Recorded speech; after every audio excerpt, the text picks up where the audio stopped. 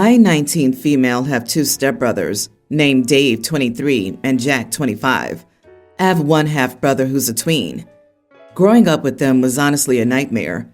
I don't get along with them or their mother, my stepmom. My mom died before they came into our lives, so she's the only mother figure I've ever had. It'd be a lot to get into, but in general, they bullied and teased me from the moment I met them. Their mom played favorites quite a lot, and I would get disciplined for little things like leaving a light on while their sons lived in absolute filth and didn't shower for weeks. I was forced to get a job at 15, while my stepbrothers were allowed to live at home rent-free with no job or college. I moved out last year to stay at my step-aunt's stepmom's sister. Almost everything I make goes to rent a room from her, and I still contribute to chores and housekeeping for parts of the house that I'm not even allowed to use. Staying with her and still within my family's control is the only way they would let me keep in touch and see my little brother, whom I practically raised. They use him to threaten me whenever I do something they disapprove of. I went on a weekend trip with friends a few hours away. When I returned, I realized that my entire family was waiting for me on the couch. Older brother, stepmom, and my dad, all just sitting there waiting for me to walk in the door. When I did, they started yelling at me and telling me that I'd turned my location off and they couldn't text me because I ignored them. And how dare I tell my friends not to respond? Yes, they found and harassed my friends. The whole argument turned into them following me to my room. When I opened the door, I saw the entire thing was trashed. 3-day-old food, rotten bowls, plates, and old pizza boxes all piled up on my bed, which had been stripped of its sheets and were utterly bare. Dirty clothes and trash everywhere. It didn't smell nice. I lost my crap at that point because I knew the stuff was my stepbrother's. When I asked why it was in there, they said they let him and his friends play D&D and sleep there because they were in a rough spot, and boys just get rowdy sometimes. Let it stand that I have OCD, which I've learned to manage myself, but the fact that they allowed my stepbrother and his friends to trash my room, knowing that it would make the whole thing a biohazard for me, speaks volumes. I slammed the door in their faces, grabbed my essentials, and left. I haven't spoken to any of them since, but now they're accusing me of leaving my aunt without necessary income and overreacting. I responded by posting their text to me online. Somehow, the pictures found their way to my stepmom's boss. It's a very small town, and they're threatening to review her employment due to it. Am I the idiot for exposing my family and possibly costing my stepmom her job? Not the idiot. What they're doing is abusive, both emotionally and financially. Her employers don't need an idiot like her associated with their company. Frankly, it'd be embarrassing. Your father isn't innocent either. He bears the blame too, if not more. You're his child. He should have been protecting you and he didn't. OP needs to spread those photos further around town, public libraries, bus stops, and church bulletin boards. Share the love, OP, and let everyone see them for what they are. The cherry on top is that OP was renting that room. OP is entitled to tenant rights like privacy. I hope Aunt's account hits zero without OP's contributions. Your so-called family deserves the social shaming and real-life consequences for their neglect and abuse of you. You need to take care of yourself, far away from these people. Your stepmonster may lose her job over how poorly she and your family treat you. Good. It's gratifying to know that there are decent people around that are disgusted by how horribly you've been treated. You will be the idiot to yourself if you go back there. Put them in your past and make a new life for yourself without them. Exactly. Sweetheart, I'm so sorry you've had to deal with this. Your family are horrible people. You are not responsible for your aunt needing income. You've been their Cinderella. Now it's time to find your happily ever after. There are people who will love you and care about you in this world. You're strong. Look how you handled your OCD. Explain things to your half-brother, that you love him and will always be there for him, but you have to leave because the way you're being treated isn't okay. Good luck. When my dad proposed to my mom, My paternal grandparents, aka Dad's parents, gave him a ring from their family to propose to Mom. My grandparents adored my mom and saw her as a daughter. They had 4 boys and wanted to welcome her to the family with the ring. She treasured it, and before she died, she and they had discussed my grandparents keeping it safe for me. After my mom died, my dad remarried. His second wife was upset that she wasn't offered the ring like my mom was. My grandparents explained that it was being kept safe for me, as the last owner had wanted her only child, aka me, to have it. My dad's wife came into the marriage with a daughter, just like Dad had me. I was 9 and she was 7. We're now 22, me, and her 20. My stepsister got engaged a few weeks ago. Her boyfriend proposed without a ring because he wanted her to pick one out. She decided to ask Dad if she could have the family engagement ring. He asked my grandparents and they said no. His wife told my grandparents it might not be for me, but the ring would still be going to their granddaughter. They said it was not the granddaughter it was intended for, and my stepsister was not my mom's daughter. Therefore, she would not be entitled to it, and my mom would have hated to see it go to my stepsister.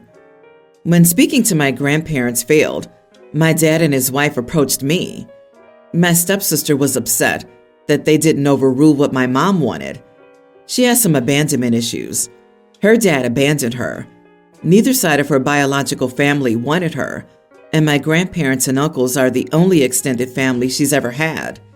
Still, she always felt like they favored me because of how much they loved my mom and how often they spoke about her and about us, me and my mom.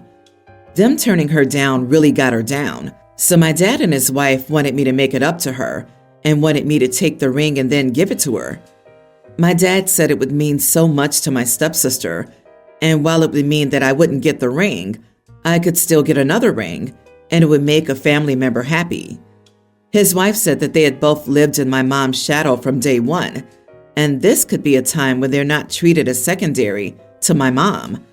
She said her daughter always adored me and never saw me as a stepsister, and it hurt her that I never saw her as a sister. She said I could do this and make her feel loved, like she deserves. I refused to give my stepsister the ring, and my dad and his wife told me I was being selfish and hurtful. Am I the idiot? Not the idiot. I'm confused about why your stepmom and stepsister are so invested in receiving this ring when they have no connection to it. The ring belonged to your mother, and she made it clear she would be handing it down to you. How bizarre that either of them would insist on taking that away from you. And it's even weirder that your father would go along with them. You've already answered them, and you need to stand your ground on this. There's no reason for them to guilt you into giving up something that has so much sentimental value to you, simply because they decided they should have it instead of you. They see it as a connection to my dad's line. I think it bothers his wife that my mom was loved and given a ring and trusted to decide what would happen next, and she feels like her daughter's being treated unfairly. I think my stepsister views it as a symbol that she's their real granddaughter as much as I am and wants to feel like they don't see us differently. Yep, it's a power play by your stepmother. She's determined to get a victory over a dead woman. Unfortunately, her daughter's caught in the middle and may have had her head filled by her mother. Tell your father that if it matters that much to him, he can buy her a ring, but you won't be handing over the heirloom that your mother left you to appease your stepmother's insecurity. 6 years ago, my HOA decided our neighborhood was boring and encouraged people to come up with ideas and activities to liven things up. Thus, my Pup Olympics was born. It's just the neighborhood dogs competing poorly in different silly events for 2 days and being rewarded with treats. Early on, there would be prizes for the owners of whichever dog won each event, and it was all fun and games. After a couple of years, we started doing a paid entry for each event, and the money went toward cash prizes and a donation to a great local animal shelter where lots of us got our pups. It's worth noting that most people in the neighborhood choose to donate their cash prize toward the shelter fund, so we usually come up with a pretty great donation. People look forward to the Olympics every year. It's ridiculous, but it's fun, and we all love it. 18 months ago, a new neighbor moved in, and she has a poodle who frequently competes in and wins dog competitions. This dog has 1 million followers on Instagram. We all follow the page and root for this dog in the competitions. No issue with the dog itself. However, it ruined the Pup Olympics last year. This dog swept every single competition. There was literally one event for senior dogs that it didn't qualify for, and that's the only one that this poodle didn't win. We all just stood there for 2 days and gave cash prizes to the same woman for every event. To make matters worse, she also didn't donate a single extra penny to the shelter fund. Bonus, am I the idiot for if I'm wrong for being judgy here? But this has taken an event for families and kids and turned it into something it was never meant to be. It's like having a professional athlete compete at a high school field day.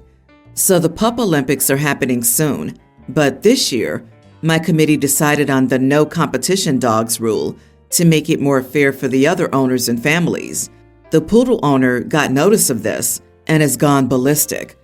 Our HOA had a committee meeting and decided in her favor that we couldn't exclude her or her dog if we wanted to have the competition in the neighborhood. I thought about it and then went ahead and sent a cancellation notice. Somebody from the HOA board tried to pull it back together, but just isn't getting much interest. Now the poodle owner has sent me multiple vindictive messages implying that I did this to hurt her personally, and the neighborhood is split 50-50 on who's in the wrong. So am I the idiot for changing the rules and canceling our neighborhood Pup Olympics to exclude a professional show dog, which put the neighborhood in shambles? Edit, to clarify, deciding to cancel was more of a long story short after 4 days of meeting with this woman to try to come up with something agreeable. First, I offered to do a couple of categories for more serious competition dogs, but was told by the HOA that I'm not allowed to host any kind of events that make it seem like any part of this is a real dog competition. Then I tried to restrict how many events each dog can enter, and she wanted that number to be 8. Out of 10 events, she wanted 8. That was the number she got the HOA board to agree with her on, and they basically told me that if I couldn't let that happen, then I couldn't host the competition. Not the idiot. She took all the cash and prizes and kept them to herself. It's her choice, but if it's known this is a fun event with proceeds going to a worthy cause, it sucks that the whole thing was canceled. But I don't think you're wrong. If it's that important, then someone else can plan it. Wow, she's greedy. Has 1 million followers, and she can't make a post about the shelter at least? Screw that lady and her poodle. If you race neighborhood kids and an Olympic gold medalist runner showed up to enter, that'd be an idiot move. This is no different. And the fact that the owner can't understand why her precious shouldn't be allowed to dominate the amateur competitions shows a huge lack of awareness. Right? Poodle Patty shows up and ruins the fun, so the response is to cancel the event for everyone instead of just limiting Poodle Patty?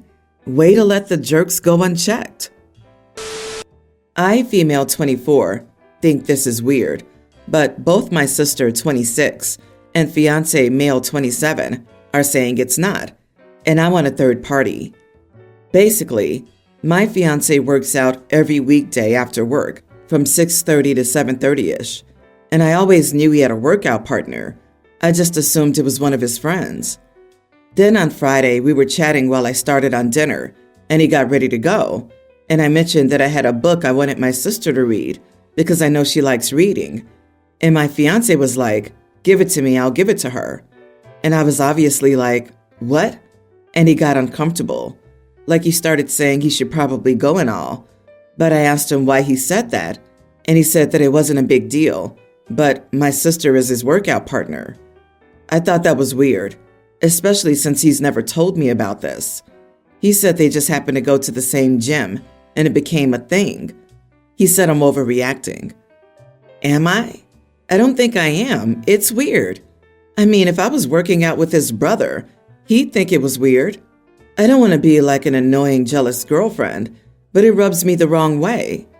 I can see why my sister never told me since I don't see her much, Plus, she literally never tells anyone anything. But my fiancé? I live with him. Am I the idiot? Not the idiot. The fact that neither your sister nor fiancé thought to mention it to you that they were workout partners is a red flag here. I see how you got upset. Something feels sneaky about them not being open with you on this. To be fair to my sister, she's always been private her whole life. She didn't even tell us when she got into law school. She said she forgot. We, my parents and I, only found out because my fiancé, who was my boyfriend at the time, is a law student too, and happened to mention it offhandedly. Wait a minute. So the only reason you found out that your sister and fiancé know each other and have known each other since law school is because your fiancé accidentally mentioned it? And had it not been for your fiancé being a loose-lipped idiot, you'd never have known that they knew each other since law school and worked out regularly together? Are there any other areas of her life that you only find out about because your fiancé happens to momentarily forget you're not as close to her as he is? The red flags are painting their town red. It's pretty clear that they will have a relationship after OP, considering how close they seem to have been for quite some time. OP, whether they've slept or not, is beside the point. He's obviously seeing her behind your back and is emotionally cheating at the very least. Yeah, this was my thinking too. Does the sister even know that the OP is with this guy? It sounds like the sister knew the fiancé way before OP got with him. OP, your soon-to-be husband, knows more about your sister's life than you and your parents? So she isn't private with your fiancé. I think that says a lot. Please boil some noodles with all this marinara. I, 26 female, have a sister who's 2 years older than me. My fiancé is a 30-year-old male. We were raised in a liberal home where we were allowed to wear anything or nothing at home. My sisters always dressed very skimpily, and I didn't mind because I was used to it at home. But this time I feel a certain way because my wedding will be next year, and my sister, who's also one of the bridesmaids, has shown me what she intends to wear. I was shocked, to say the least. The dress shows clearly that she's not wearing a bra or panties because it has a slit up to her waist, and her back and chest are barely covered. I'm uncomfortable with her being around other people, especially my fiancé and his family, looking like that. My parents see nothing wrong with her outfit. I told her that if she didn't find a different, more decent dress, she would no longer be one of the bridesmaids and is not invited to my wedding anymore. She feels that I'm being unfair, since I have no right to control what people wear, and I also let all bridesmaids choose whatever design they wanted, as long as they stuck to the colors I gave. Her chosen color sticks to the color scheme, and that's okay, but the design makes me feel it's inappropriate. I don't want my sister flashing my guest, but she called me an idiot when I disinvited her. Now she and my parents are not talking to me. My fiancé said he had no opinion on it and would go with what I decided. Am I the idiot for telling my sister to change her dress and wear underwear? Or she's not welcome to my wedding? And this is just one reason why people elope. OP, put your foot down that your sister will not be dressing like she's attending an MTV Music Awards show, or she will not be in your wedding. Because you're the bride, and in this case, you can control what your bridal party and even guests wear. Even if your parents aren't talking to you or don't even attend, you can still get married, and your sister can be disinvited if she doesn't behave. While she is allowed to dress however she wants, you're allowed to say who comes to your wedding. Just boot the drama princess from the wedding now.